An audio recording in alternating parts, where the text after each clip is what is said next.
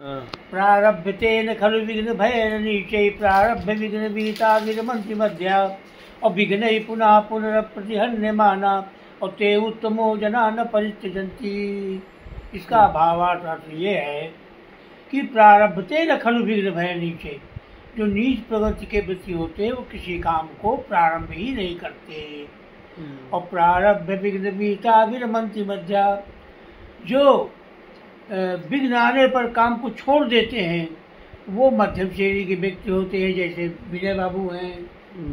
और प्रारब्धतेन खलु विघ्न भयनीचै प्रारब्ध विघ्न विहिता विरमन्ति मध्या और विघ्न ही पुनः पुनरपि प्रतिहन्यमाना और ते उत्तमो जना न परित्यजन्ति। बार बार विघ्न आने के बाद भी वो अपनी पूरी सफलता पे पहुंच जाते हैं। वो उत्तम श्रेणी के व्यक्ति होते हैं। समझ गए?